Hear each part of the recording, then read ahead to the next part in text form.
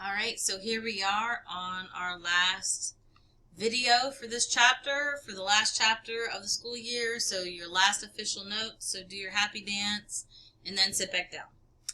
So we left off talking about the other domestic issues. We had several that we covered. Excuse my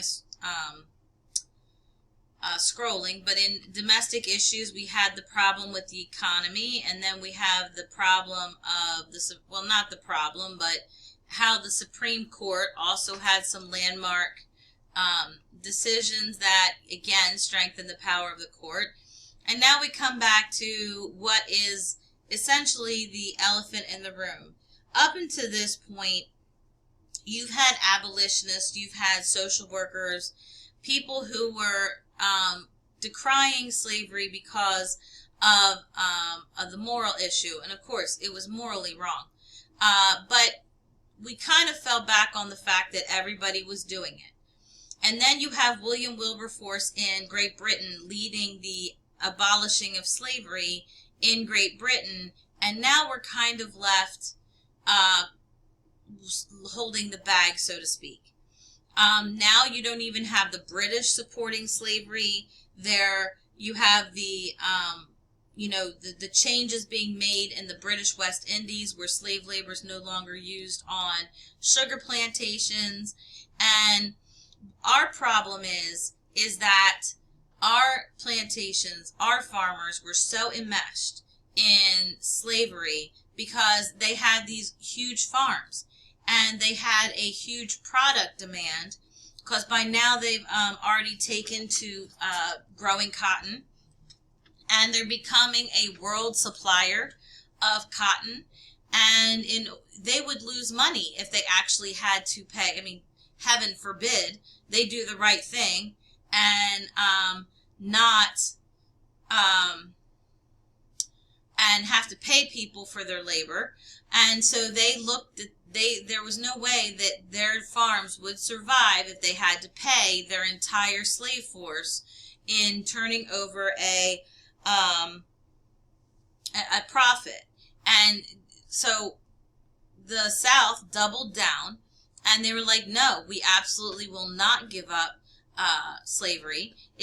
So that makes it an economic issue, because the entire South would go into a economic decline. And then it becomes a political issue, because obviously people don't want their money affected, and the way that you're going to affect people's money is through governmental policy. So then you have more and more politicians getting elected to office based on the fact that they're going to fight and protect the institution of slavery. And so it was just becoming... now slavery, like I said, rather than it just being a moral issue, it now had spider webbed, and it had implications on all the fronts of our nation, and everybody was up in arms about it. So in order to maintain peace, and like I said, you're going to see throughout our political history where we will have an issue that other presidents will put a Band-Aid on rather than deal with directly, and then eventually it has to be dealt with. And we all know that eventually slavery is dealt with as part of the Civil War.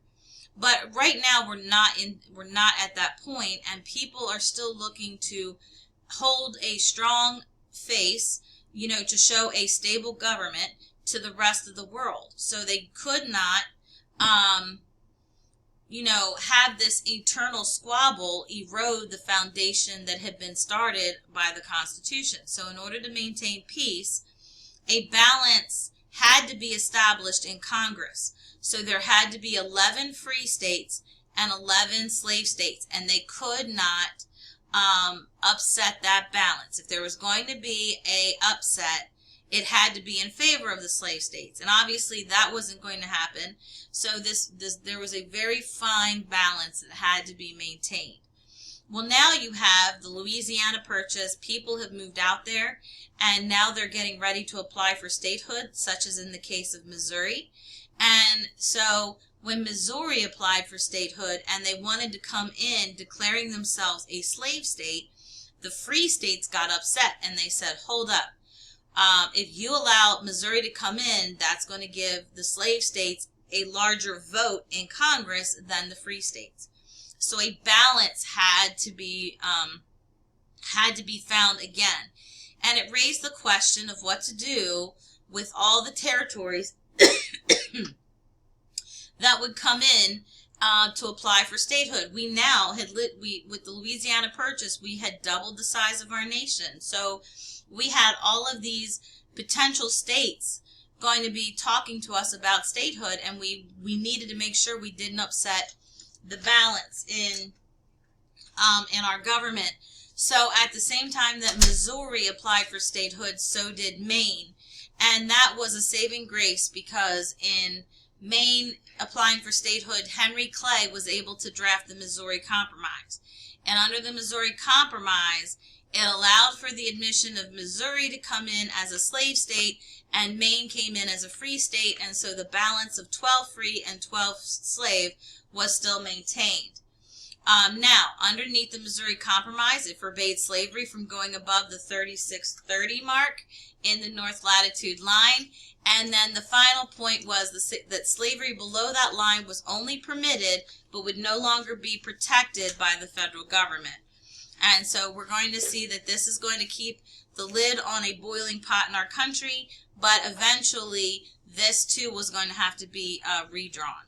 Okay, that concludes our lecture for Chapter 9, and I will see you guys next week.